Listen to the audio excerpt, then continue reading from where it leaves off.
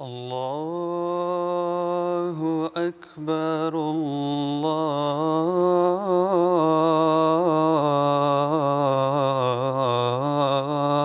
الله أكبر الله أكبر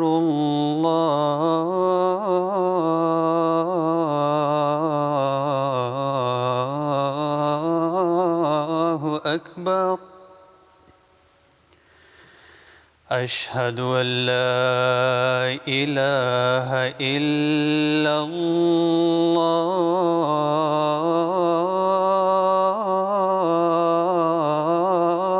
الله أشهد أن لا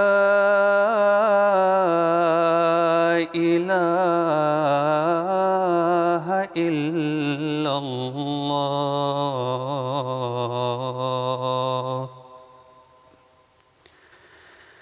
أشهد أن محمدًا رسول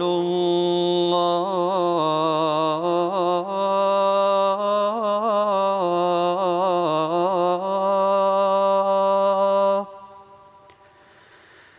أشهد أن محمدًا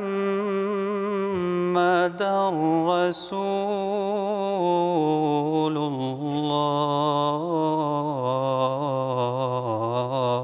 الله حي على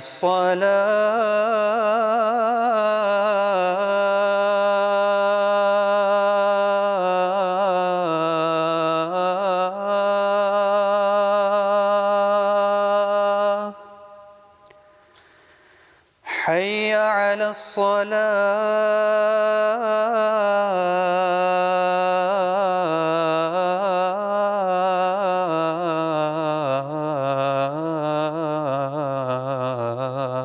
الصلاة حي على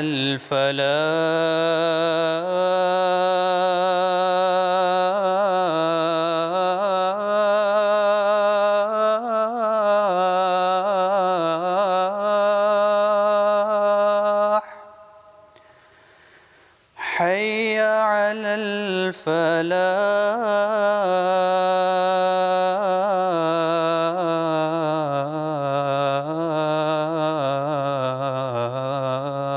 الفلاح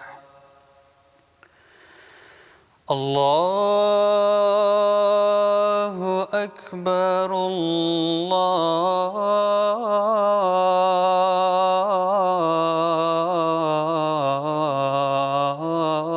الله أكبر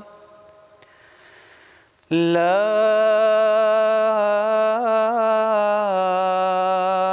إله إلا الله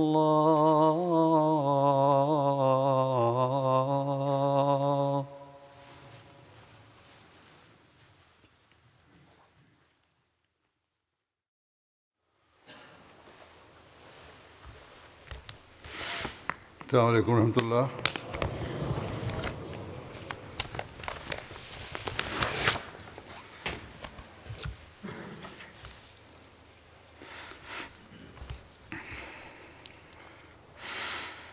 أشهد أن لا إله إلا الله وحده لا شريك له وأشهد أن محمدًا عبده ورسوله أما بعد فأعوذ بالله من الشيطان الرجيم بسم الله الرحمن الرحيم الحمد لله رب العالمين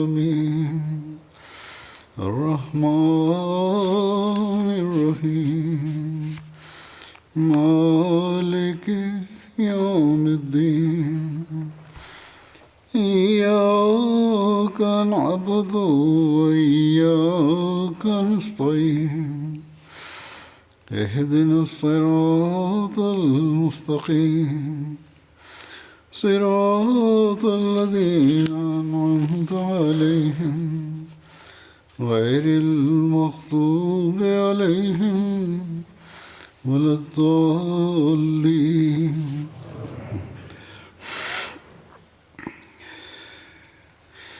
ولا تقولوا لمن يقتل في سبيل الله أموات بل أحياء ولكن لا تشعرون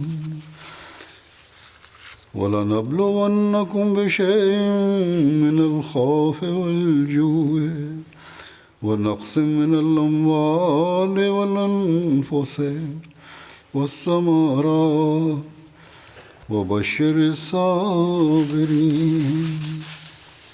الذين إذا أصابتهم مصيبة قالوا إنا لله وإنا إليه راجعون. and then stated, और जो अल्लाह की राह में कत्ल किए जाएं उनको मुर्दे ना कहो बल्कि वो तो जिंदा हैं लेकिन तुम शऊर नहीं रखते और हम ज़रूर तुम्हें कुछ खौफ और कुछ भूख और कुछ अमवाल और जानों और फलों के नुकसान के ज़रिए आजमाएंगे और सब्र करने वालों को खुशखबरी and say not of those who are slain in the way of Allah that they are dead. Nay, they are living, only you perceive not. And we will try you with something of fear and hunger, and loss of wealth and lives and fruits. But give glad tidings to those who patiently persevere, who, when a misfortune overtakes them, say, surely to Allah we belong, and to Him shall we return. अल्लाह ताला की राह में जान का नजराना पेश करने वालों के बारे में ये अल्लाह ताला का फरमान है Allah the Almighty has stated regarding those who sacrifice their lives in His way that they are not dead but are living. In the Ahmadiyya Muslim Jamaat, giving up one's life in the way of Allah the Almighty has been in practice for over 100 years.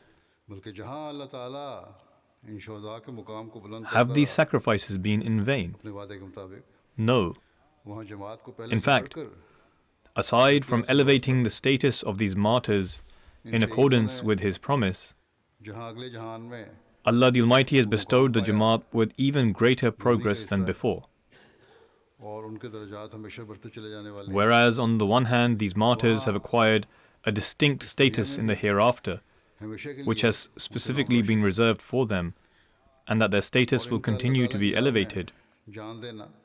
On the other hand, they have left behind a shining legacy in this world as well. Moreover, having sacrificed their lives in the way of Allah the Almighty is not only a means of bestowing them with eternal life, but is a means of breathing new life into the Jamaat as well.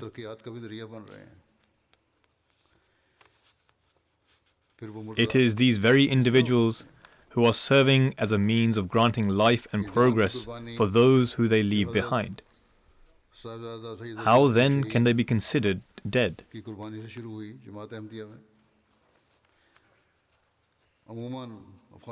Sacrificing one's life for the Ahmadiyya Jamaat, the precedence of which was set by the sacrifice of Hazrat Sahibzada Sayyid Abdul Latif Shaheed, the martyr, radiallahu anhu, has generally been confined to the Ahmadis in Afghanistan and the subcontinent. Then, in Congo, Africa, a devoted Ahmadi sacrificed his life in 2005 purely for the sake of the Jamaat.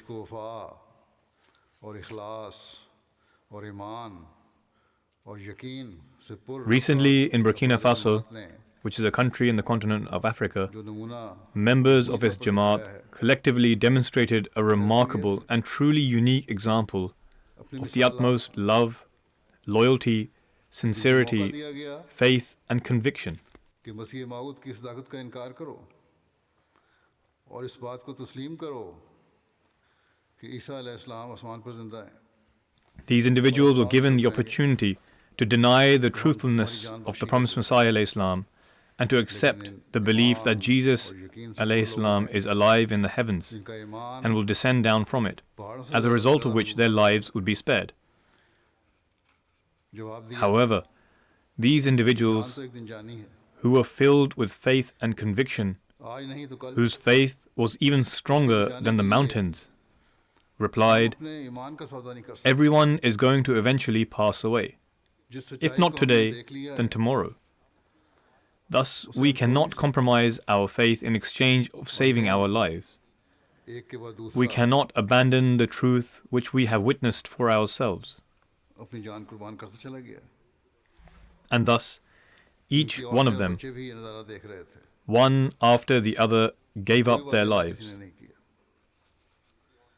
Their women and children were also witnessing these scenes, but they remained in control of their emotions. Thus, these are the people who have written a new chapter of sacrifices in the history of Ahmadiyyat, i.e., after the lifetime of the promised Messiah alayhi salam, wherein Hazrat Sahibzada Sahib offered a sacrifice.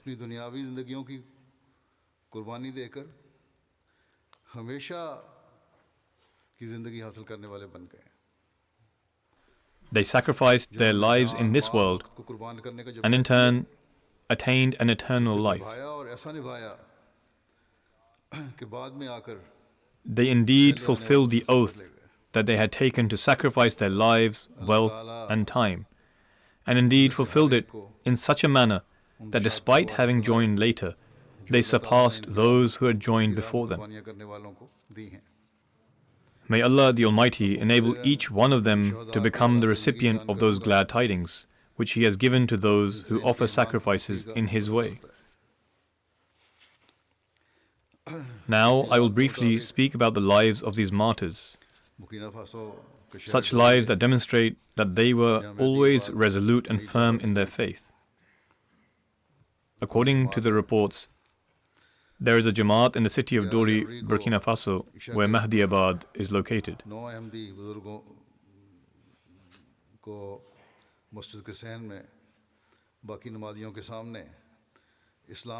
On the 11th of January, at the time of Isha prayer, 9 Ahmadi elders were martyred one by one because they refused to renounce Islam Ahmadiyyat. This occurred in the courtyard of the mosque in front of all those who had gathered for prayer. Surely to Allah we belong, and to Him shall we return.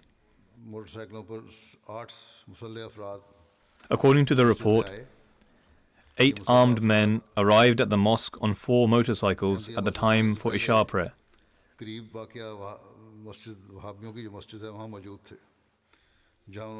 Prior to coming to the Ahmadiyya mosque, these armed men were in the nearby Wahhabi mosque, where they stayed from Maghrib prayer to the Isha prayer. However, no one was harmed in the Wahhabi mosque, because they only came to attack Ahmadis.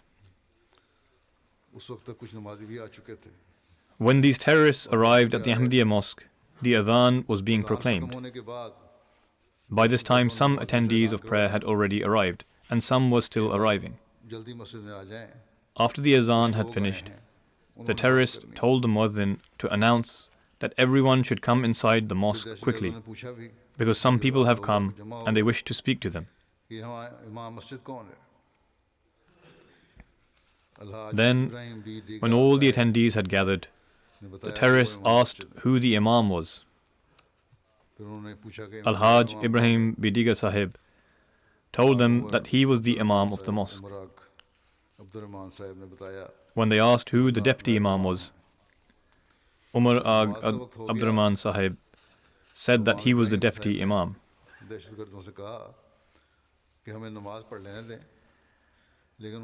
When it was time for prayers, Imam Ibrahim Sahib asked the terrorists to let them offer prayers, but the terrorists did not allow them to pray. The armed men asked the Imam many questions about the beliefs of the Ahmadiyya Muslim community, which the Imam Sahib answered with complete steadfastness and bravery. Imam Sahib said that we are Muslims and we believe in the Holy Prophet ﷺ. The terrorists asked what sect they belonged to, upon which Imam Sahib replied that we belong to the Ahmadiyya Muslim community. Then Imam Sahib was asked regarding our beliefs, and he explained to them.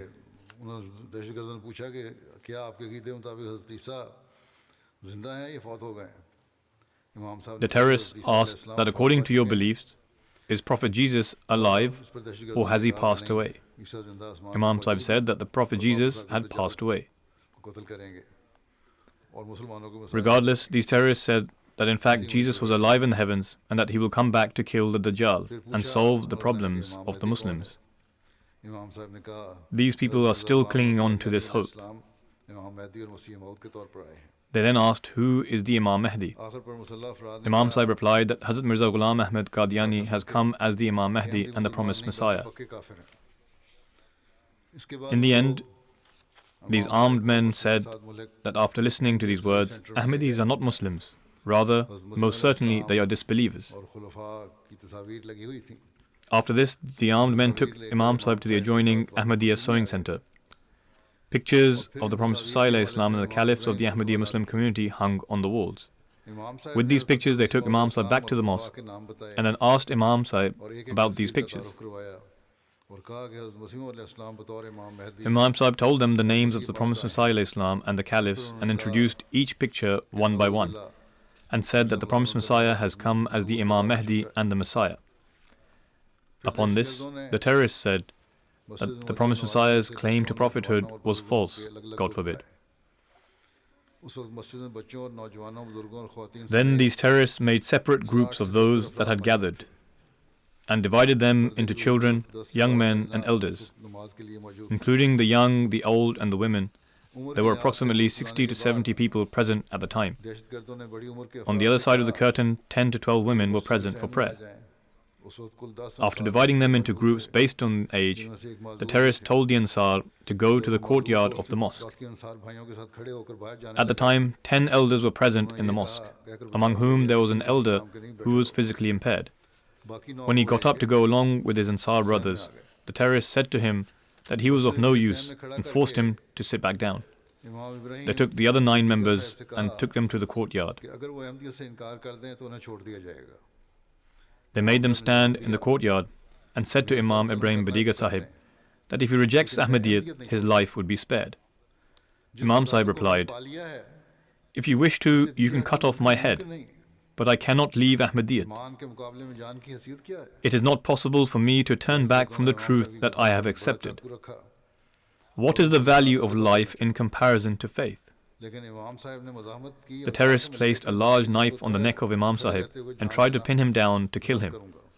But Imam Sahib resisted and said, instead of giving my life laying down, I would prefer to be killed while standing. Upon hearing this, they shot Imam Sahib and martyred him. The first martyrdom was of Imam Al-Haj Ibrahim Badiga Sahib. After mercilessly martyring Imam Sahib, the terrorists thought that the remaining men would become afraid and turn away from their faith. Thus, they said to the next Ahmadi elder, forsake Ahmadiyyat, or you too will meet the same end as your Imam. With great courage and bravery, this elder said, it is not possible for me to abandon Ahmadiyyat. The path upon which our Imam has given his life, we will also tread the same path. Upon hearing this, they shot him in the head and martyred him. Those who were left behind were asked one by one to deny the Imam Mahdi and leave Ahmadiyyat. If they did so, nothing would be said to them, and they would be allowed to live. Whilst displaying resolve greater than mountains, all the members embraced and accepted martyrdom with the utmost bravery and valor. Not a single one of them showed even the slightest weakness, nor did they forsake Ahmadiyyat. One after the other, they fell to the ground as they were martyred, yet no one's faith was shaken. Each of them displayed resolute conviction and fearlessness, and whilst raising aloft the banner of their faith, They gave their lives in the way of Allah. 3 or so bullets were fired at each of the martyrs. Among the 9 martyrs, there were also twin brothers. When 8 individuals had been martyred, there only remained Mubarak Abdurrahman Sahib, who was 44 years of age. In terms of age, he was the youngest of the martyrs. The terrorists said to him that he was young and could save himself by abandoning Ahmadiyya. But he replied with great courage, "I am also prepared to follow my Imam and elders and lay down my life for the sake of my faith, which is the path of truth."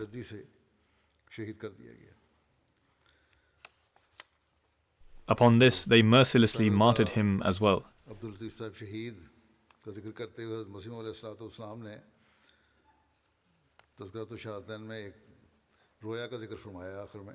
Whilst mentioning Hazrat Sahibzada Abdul Latif Sahib Shaheed, the Promised Messiah alayhi salam mentioned a vision at the end of his book, The Narrative of Two Martyrdoms. He wrote that God Almighty stated to him in a vision, God Almighty will produce many in his stead. The Promised Messiah alayhi salam deduced from this vision of his that, I hope that after the martyrdom of Sahibzada Sahib, Allah the Almighty will bring many more in his place.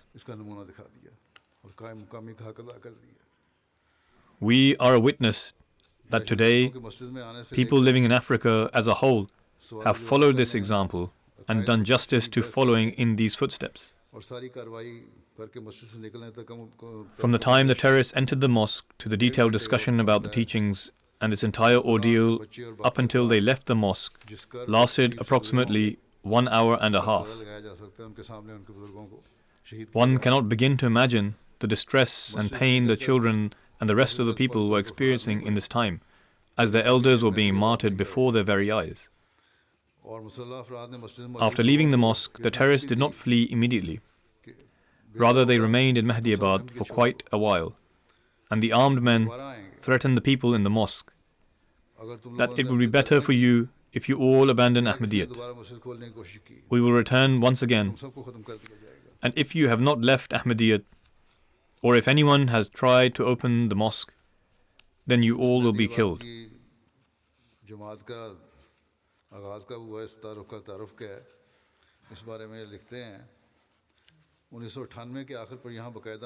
In relation to when the Mahdiabad Jamaat was established and information regarding it, it is mentioned the mission was officially established here at the end of 1998. The Jamaat grew rapidly, and in 1999, the overwhelming majority of the Tikniwil village accepted Ahmadiyyat, and thereby a sincere Jamaat was established. Prior to accepting Ahmadiyyat, the Imam of this village, Al-Haj Ibrahim Bidiga Sahib, was the most prominent Wahhabi Imam of the area. He pledged allegiance after thorough research. After pledging allegiance, he became a passionate preacher, a fearless missionary, and a courageous soldier of the Jamaat.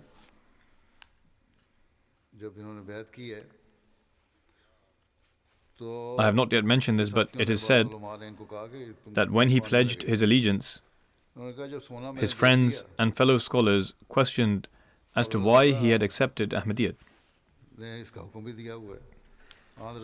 He answered, I have found gold. It is the command of Allah the Almighty, and the prophecy of the Holy Prophet ﷺ are all being fulfilled, and the Holy Quran testifies to this. So how can I reject it and remain deprived?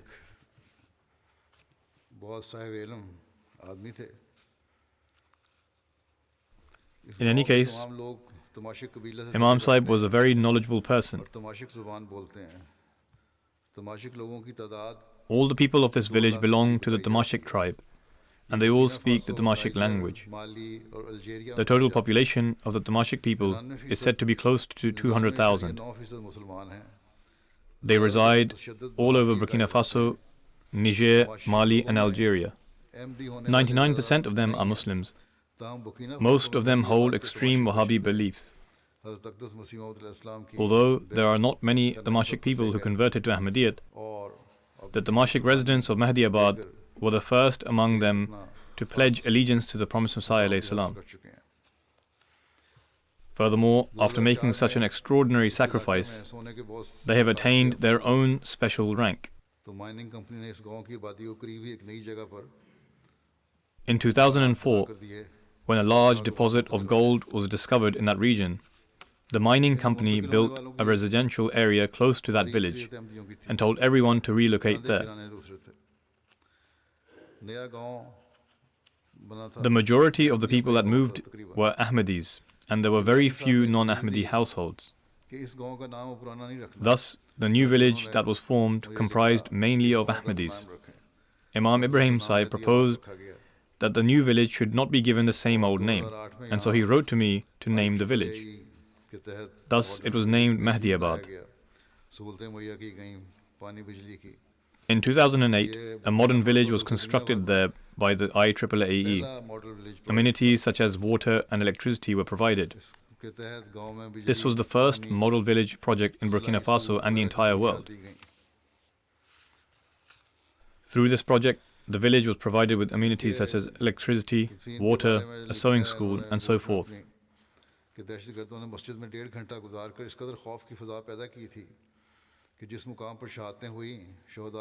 Regarding their burial, it is written in the report that the terrorists spent an hour and a half in the mosque and created such a dreadful atmosphere that the bodies of the martyrs were unmoved throughout the night. The danger remained that as the terrorists had not left the village, if anyone tried to remove the bodies, they too could have been killed. There was a military base in the nearby vicinity that was informed of the incident. However, no one came from there, nor did any personnel from any security agency arrive at the scene. The martyrs were buried on 12th of January at 10 a.m. in Mahdiabad. Now I'll briefly introduce each of the martyrs. Al-Haj Ibrahim Bidiga Sahib, the Imam who I've already spoken about, was 68 years old at the time of his martyrdom. Due to his pursuit of education, he also lived in Saudi Arabia for a while. He was a great scholar of the Damashq language and was an exegete in the Holy Quran in his language. He took the Pledge of Allegiance in 1999. Prior to accepting Ahmadiyyat, Imam Ibrahim Bidiga Sahib was the chief Imam of many villages. Numerous scholars in this zone considered themselves fortunate to be able to sit in his company and learn from him. At least once a year, the scholars and preachers of that region would come to stay with him and derive benefit from his company. Their numbers would even reach up to 500, and they would stay with him for a week. It is said that the annual meeting of scholars and imams would take place in his presence. According to his students, even in those days, Imam Sahib would say, "The truth has not yet come to light, for only a few people accept the truth. Even though hundreds of Imams come to be in my presence and apparently consider one another to be Muslim, but when the truth comes to light, those who accept it will be few in number. These people will then even abandon me as well." He was pious, righteous, and wise, and in light of the conditions, deduced that the truth was yet to become manifest. He arrived at the conclusion that these people would become the opposition and behave just as the enemies of prophets have always acted. Nonetheless, he had decided in his heart that he would accept the truth once it came to light. In 1998, when a permanent Ahmadiyya Muslim mission was established in Dori, the message of Ahmadiyyat also reached Imam Ibrahim.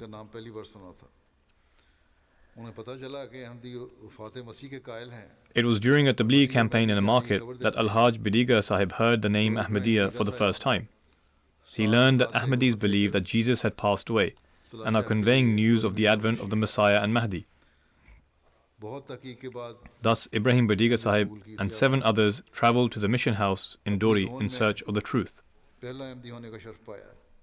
After a great deal of research, he accepted Ahmadiyyat. He had the honor of being the first Ahmadi in his zone. Our enemies object that we entice the poor and needy to pledge allegiance because they have no knowledge of religion. These martyrs have completely silenced such people. They accepted the truth after comprehending and understanding it, and after that, they became a model by making a sacrifice of the highest order. Nonetheless, regarding Imam Ibrahim, it is further recorded, though it has already been mentioned, that he was a fearless soldier of the community. He was a courageous preacher and was a true embodiment of a devout Ahmadi. Ahmadiyyat spread throughout his region due to his preaching efforts. He established many local Jamaats in the area. He actively participated in activities of the community. Before accepting Ahmadiyyat, he believed all other sects apart from the Wahhabis to be disbelievers. According to the Wahhabi belief, watching TV, going to school, playing or watching football, drawing pictures, all such things were unlawful. However, after accepting Ahmadiyyat, he abstained from all such erroneous beliefs and educated others about the truth. He also had the opportunity of attending the Jalsa here in the UK during the time of Hazrat Khalifatul Masih IV Rahimahullah in the year 2000. He was completely devoted to preaching. As mentioned earlier, even before accepting Ahmadiyyat, he was a man of stature and influence and was the chief imam of many villages. After accepting Ahmadiyyat, he devoted himself to preaching. It was as though he desired for nothing else than to propagate the message. He had created WhatsApp groups for preaching and dedicated a group specifically for the Tamashik people. That group consisted of people from Mali, Niger, Ghana, Saudi Arabia, Libya, Tunisia, Ivory Coast, and various other countries. He was continuously engaged in preaching to these people. He would record and send audio messages to them day and night. He was occupied only in this, be it day or night. In response to him, many opponents would send him messages slandering him. He did, of course, face opposition, and he also received death threats. However, he never spoke to anyone in an angry tone. In fact, he would respond to those who sent him death threats by saying that he would pay for their journey so they could come and kill him. He would encourage the missionaries and muallimeen alike to preach, saying that it is merely an excuse to say that the circumstances are unfavorable and do not allow for visiting places and preaching. When circumstances are unfavorable, he used to say that one could preach through the media. He offered to pay for mobile phone data packages for those who could not afford it, and encouraged everyone to create social media groups and engage in the jihad of preaching from the comfort of their homes. He had a desire and passion for preaching. Nasir Sidhu Sahib, who has served as a missionary in Burkina Faso, says, I arrived in Burkina Faso in 1997, and Hazrat Khalifatul Masih IV Rahimahullah had entrusted me with the task of propagating the message.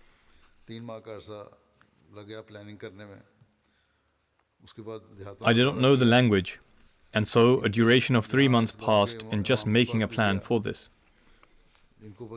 Thereafter, I travelled and visited various villages, and I also met the Imam of the village. When they heard about the death of Jesus and the advent of the Messiah and Mahdi,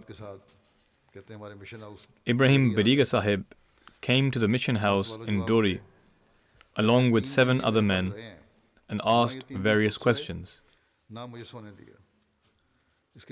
He remained with me for 3 days, and for those 3 days he neither slept himself and nor allowed me to sleep. Thereafter they all left. We would have a discussion every day from morning till evening. The following week they came again and brought another imam with them and continued their research for 3 months continuously. Though he had received the answers to most of his questions, however, he had not expressed his intentions yet to enter the fold of Ahmadiyyat. Nonetheless, I continued to write to Hazrat Khalifatul Masih IV Rahimahullah for prayers. One day, Imam Sahib came and filled out the bayat form.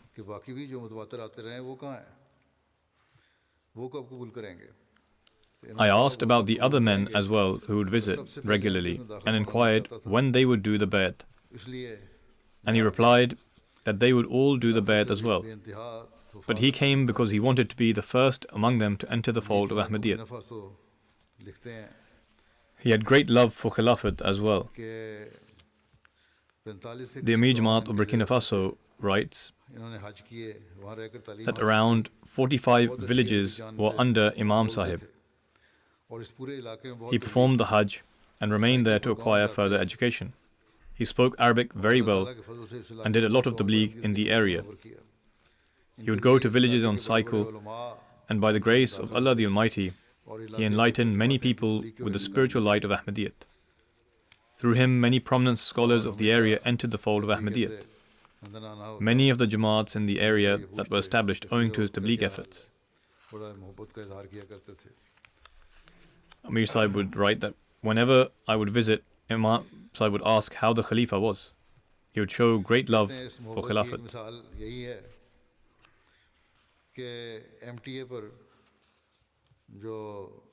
An example of this love is evident from the fact that despite not knowing the Urdu language, he would watch my classes with the children with great attention, as if he could understand what was being said. He would say that by simply sitting in the gathering and observing it was a means of increasing his faith.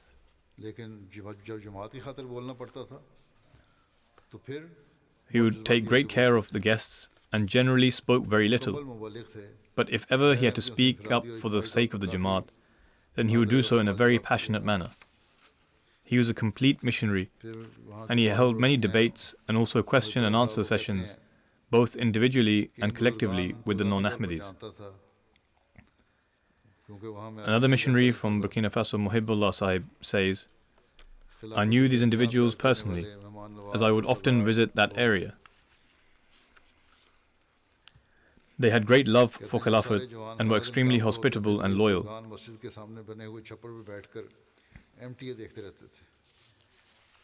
When the young men would be out working all day, these elders would sit in the shade that was built outside the mosque and watch MTA. When they were martyred, I immediately received a phone call from a young man in which he informed me that these respected members had been martyred and that they were told that their lives would be spared if they renounced Ahmadiyyat. However, they preferred martyrdom instead. This young man then said to me that if they martyr all of us, even then we shall not give up Ahmadiyyat. He said that these were only 9 Ansar members. However, if they had martyred all of the Khudam and Lajna as well, even then we would not abandon Ahmadiyyat, inshallah. This was a spirit in which these sincere members of the Jamaat had instilled within them. When the elders train others and set their own example before them, then this is the level of passion and faith that is found amongst the people. The local missionary, Maiga Tidyan Sahib, says, Imam Ibrahim Sahib was receiving death threats. A few days prior to his martyrdom, he mentioned to me that he was receiving death threats and that they would kill him. With regards to his excellent morals, he states, he treated his family members and relatives with great kindness. It was his habit to treat everyone with compassion. To sacrifice for the sake of others and to demonstrate a spirit of sacrifice was an outstanding quality of his.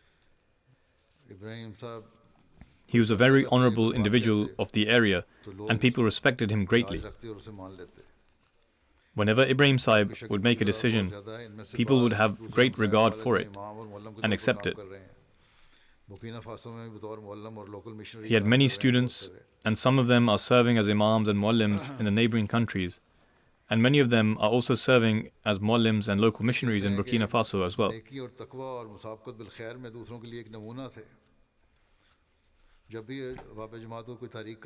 He was an example for others in piety, righteousness, and to excel one another in good deeds.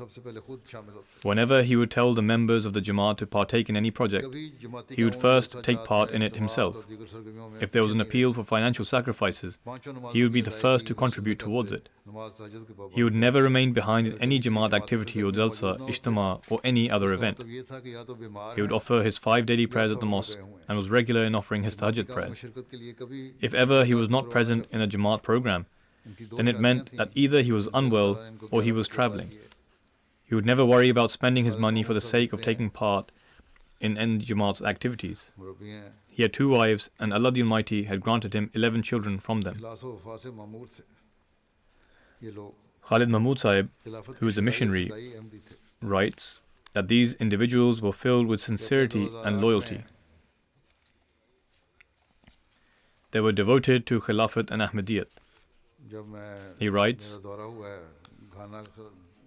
in 2008, when I, i.e. His Holiness, visited Ghana in the Khilafat Jubilee year and attended the Jalsa there, thousands of Ahmadis from Burkina Faso, Mali, etc. also came to meet me.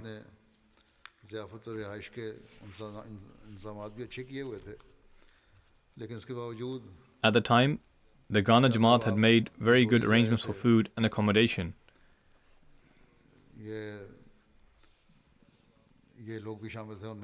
However, some members, including those who had come from Dori, were delayed in getting food. Or perhaps they did not receive any food at all, and late into the night some food was purchased from the market and given to them. At the time, I told the missionary who met me to apologize to the members on my behalf, and also to console them.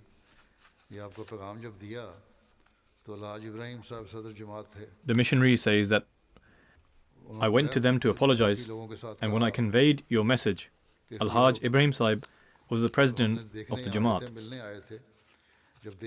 He, along with the other members, said, "We came to meet the Khalifa of the time, and now that we have seen him and have met him, our hunger and tiredness has disappeared, and we have no complaints. In fact, we are sitting here and only discussing about our meeting and deriving pleasure from it." In any case, I was also concerned at the time that they had travelled such a long distance, and many of them had come on cycle, and adequate arrangements were not made for them.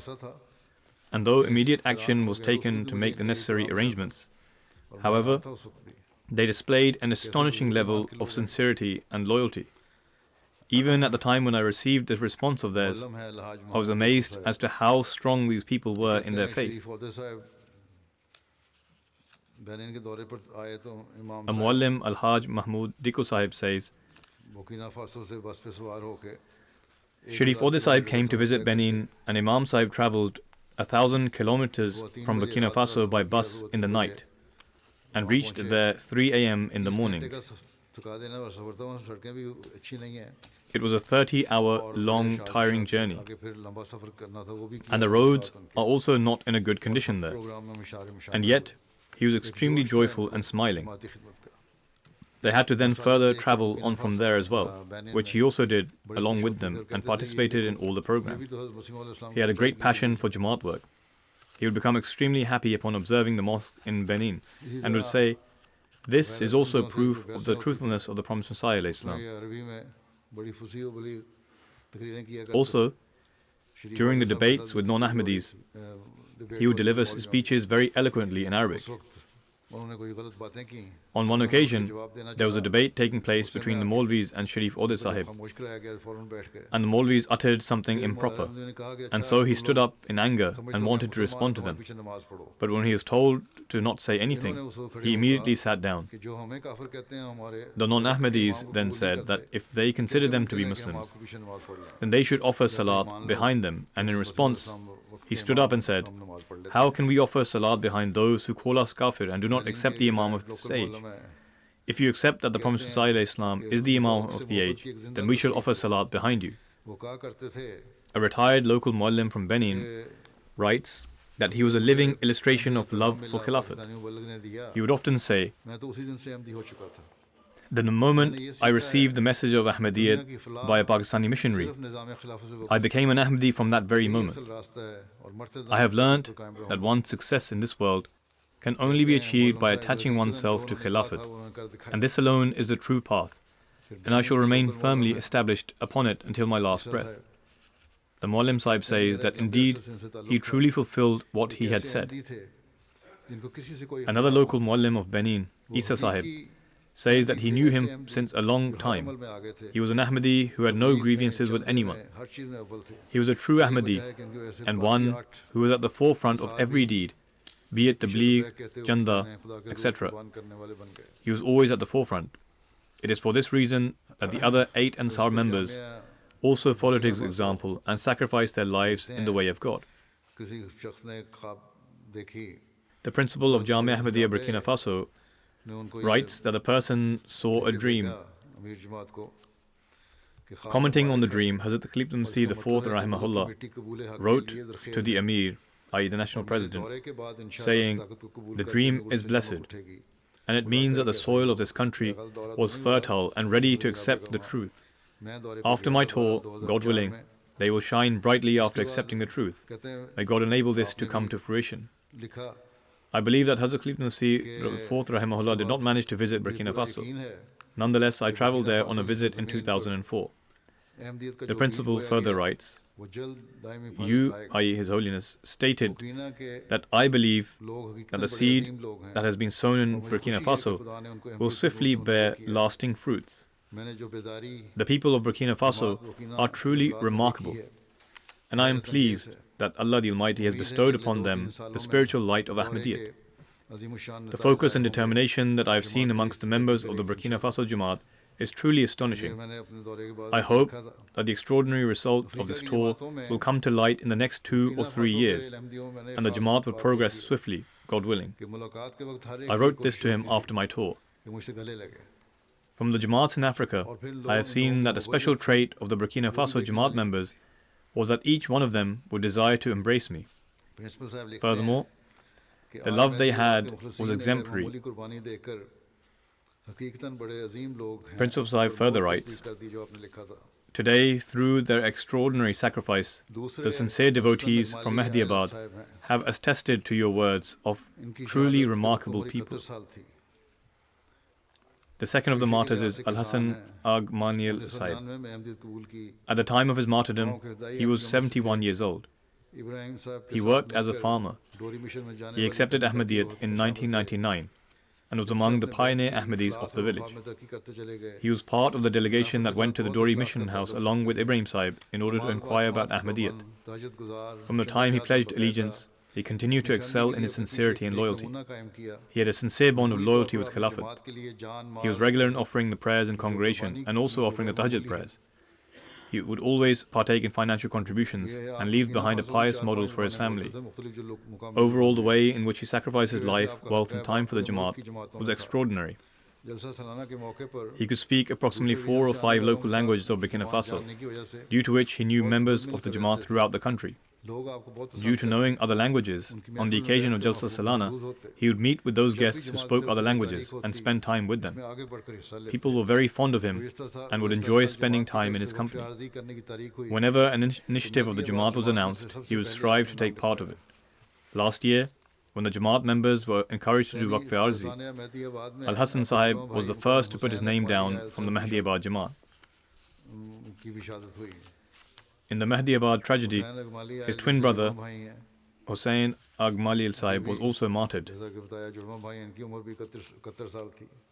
The next mention is Hussain Ag Maniel Sahib. As stated, he was Al-Hassan Sahib's twin brother and was also 71 years old at the time of his martyrdom. He had the opportunity to pledge allegiance in 1999 and was among the pioneer Ahmadis in the village. He was part of the delegation with Al-Haj Ibrahim Sahib, who went to the Dori mission house to inquire about Ahmadiyyat. Before his martyrdom, he was serving as Zaim Ansarullah of Mahdiabad. He had the skill of organizing the Ansar brothers in an excellent manner. He would keep the members involved in the activities and programs of the Jamaat. He organized many programs for their moral training. He would ensure for the cleaning of the mosque and other places through Vagad Amal. He was regular in paying chanda and would offer the 5 daily prayers in the mosque. He was regular in offering the Tahajjud prayers.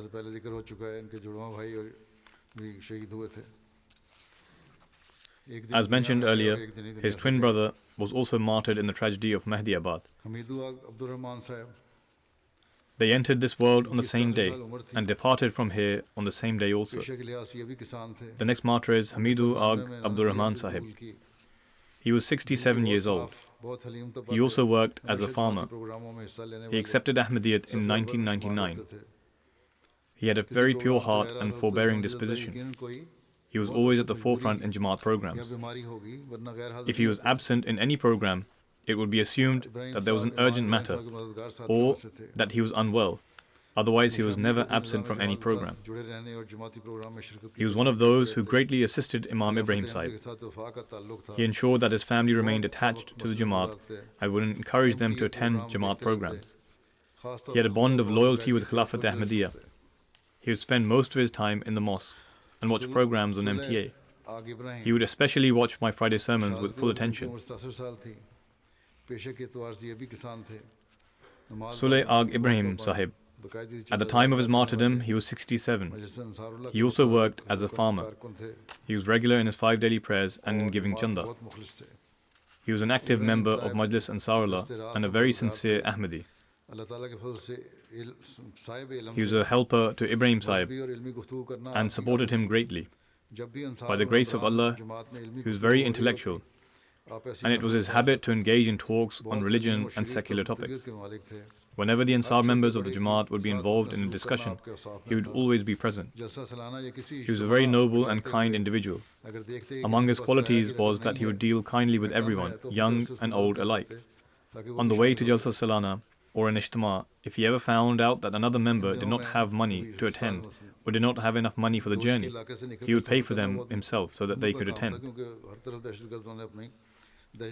Traveling outside of Dori these days was very challenging due to the insurgency in the area by terrorists. Despite all these dangers, he traveled from Ahmadiyya to Jalsa Salana, Burkina Faso, which took place in the last week of December. Then there was Usman Agh Sude Sahib, who was 59 years old. He was a sincere and devoted Ahmadi. He would sacrifice his wealth and time for the sake of the Jamaat, and in the end, Allah the Almighty bestowed upon him the opportunity to sacrifice his life as well.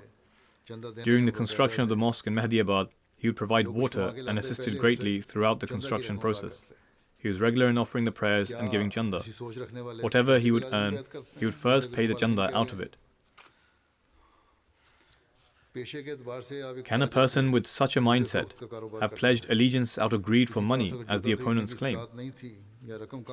He was a businessman by profession and had a shoe business. If a person came to him to buy any shoes, but could not afford to buy a pair of shoes or did not have enough money, he would never let them leave empty-handed. If the customer did not have enough money, he would tell them that they can pay him later.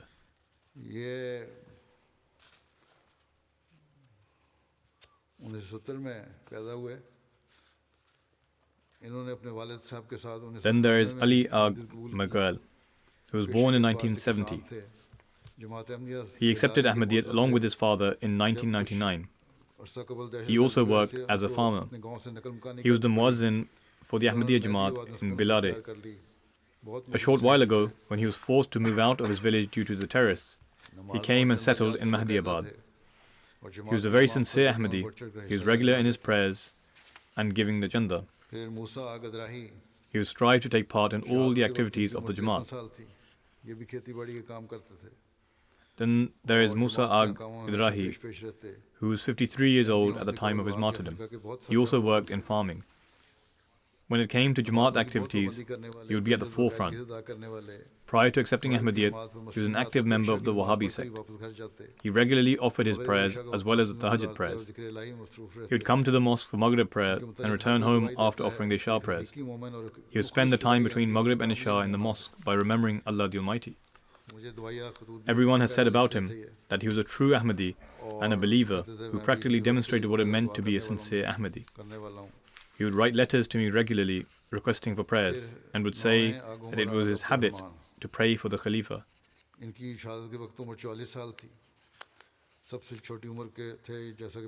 The ninth is Agh Abdurrahman Aguma. He was 44 years old at the time of his martyrdom. As it was mentioned earlier, he was the youngest of the martyrs. He accepted Ahmadiyyat in 1999 at the age of 20. after which his connection and sincerity with the Jamaat continued to grow. He was a sincere and passionate member of the Ahmadiyya community. He was the right hand of Imam Ibrahim Sahib, and he was also the deputy Imam in Ahmadiyya Jamaat. When the terrorists entered the mosque, after asking about Imam Ibrahim Sahib, they asked who the deputy Imam was. Without any hesitation, he said that it was him. He was always among the first to reach the mosque. He would offer prayers with great fervour. He regularly offered the Tahajjud prayers. He would also bring his children with him to the mosque and paid special attention to their moral training. He was also regular in writing letters to me. He was an expert cyclist and would go on long journeys throughout the area. He travelled 265 kilometers from Dori to Ouagadougou 4 times for the Khudam al-Ahmadiyya Ijtima. In 2008, he was part of the group that travelled by bicycle from Burkina Faso to Ghana to attend the Khilafat Jubilee Jalsa. The word Ag, which has been used with every name, according to my understanding, based on their reports, is the equivalent of Ibn, referring to whose son they were, meaning Ag, which indicates that they were the son of such and such person.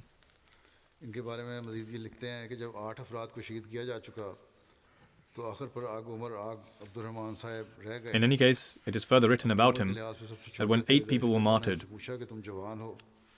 Ag Abdurrahman Aguma was the only one remaining. He was the youngest in age.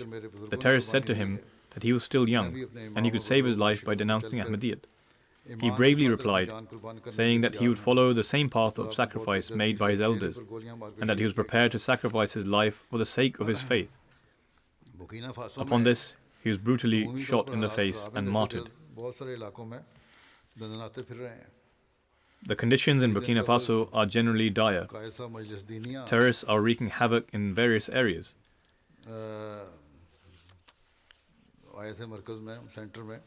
Just a few days ago, the Qaid Sahib of Dinia came to a central mission house at the headquarters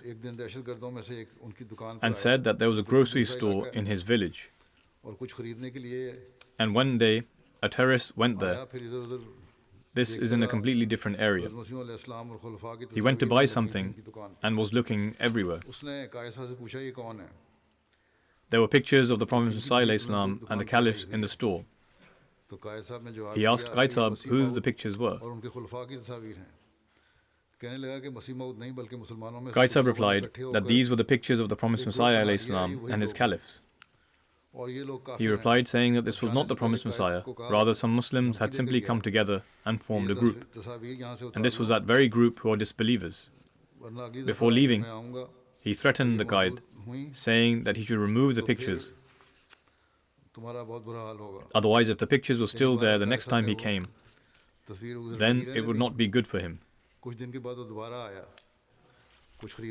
However, the Qaid Sahib left the pictures as they were.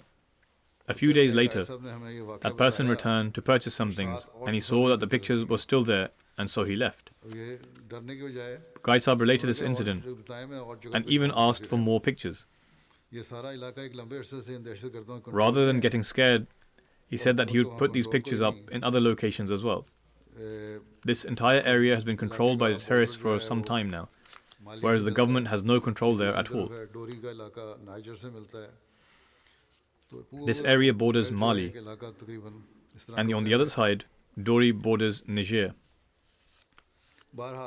In this way, the entire belt is under their control.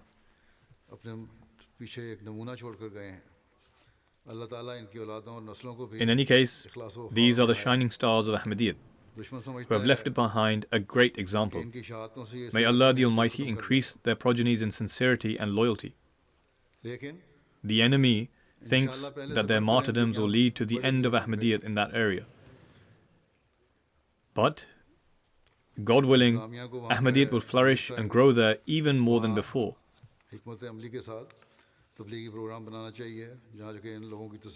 The administration there, including the Amir, should be wise and devise a plan for propagation, and they should give reassurance to the people there as well. May Allah the Almighty continue to grant the families patience and strength. May He enable them to understand the purpose for which their elders sacrificed their lives.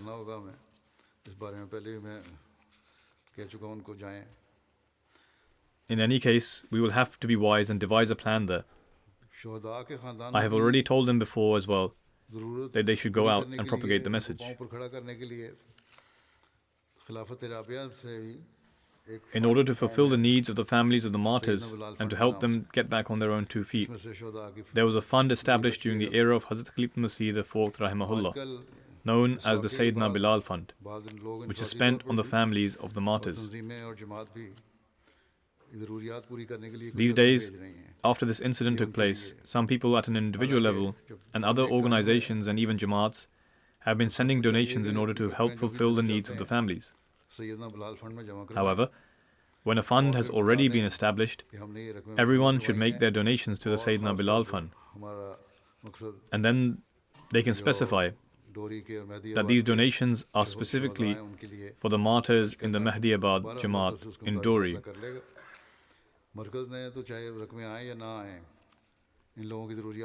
In any case, the headquarters will make the ultimate decision.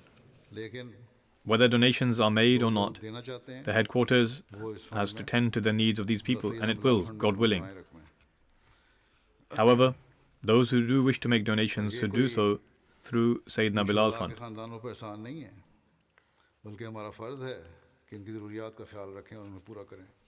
And this is not a favor upon the families of the martyrs. In fact, it is our duty to look after their needs and to fulfill them.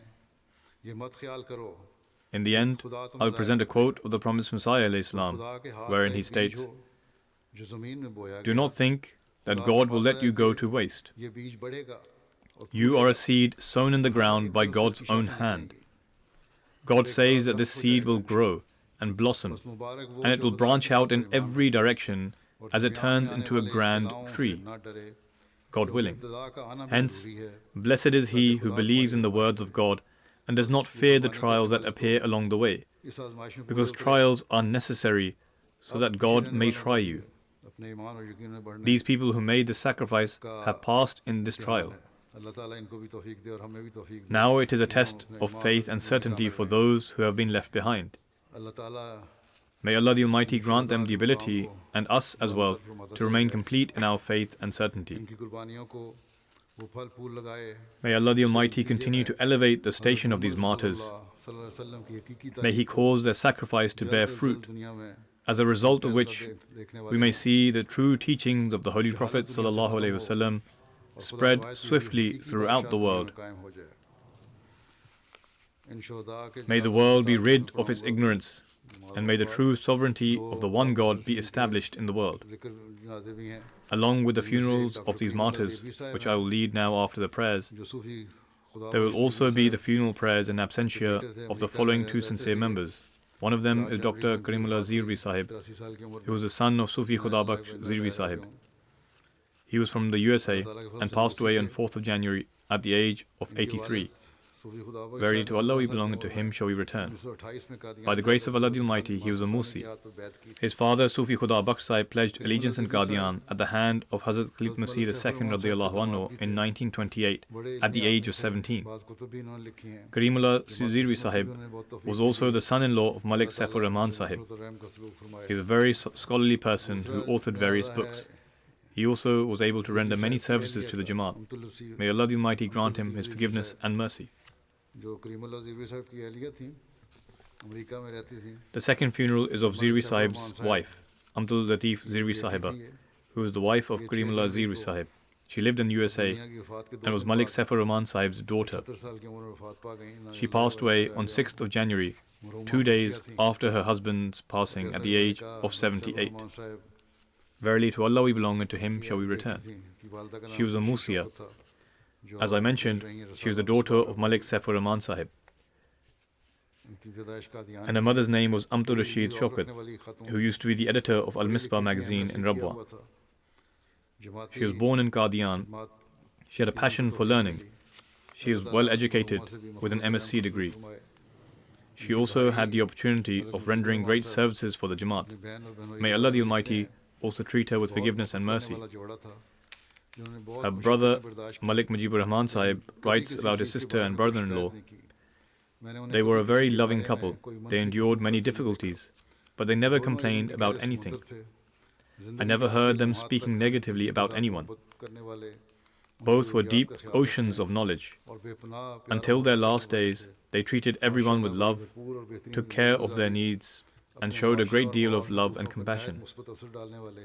MashaAllah, they lived complete and fulfilling lives.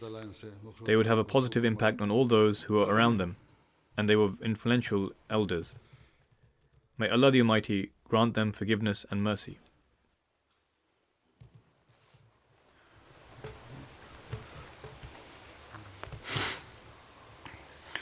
Alhamdulillah, alhamdulillah, nahmaduhu wa nasta'inuhu wa nastaghfiruh wa nu'minu bihi wa natawakkalu alayhi wa na'udhu billahi min shururi anfusina wa min sayyiati a'malina.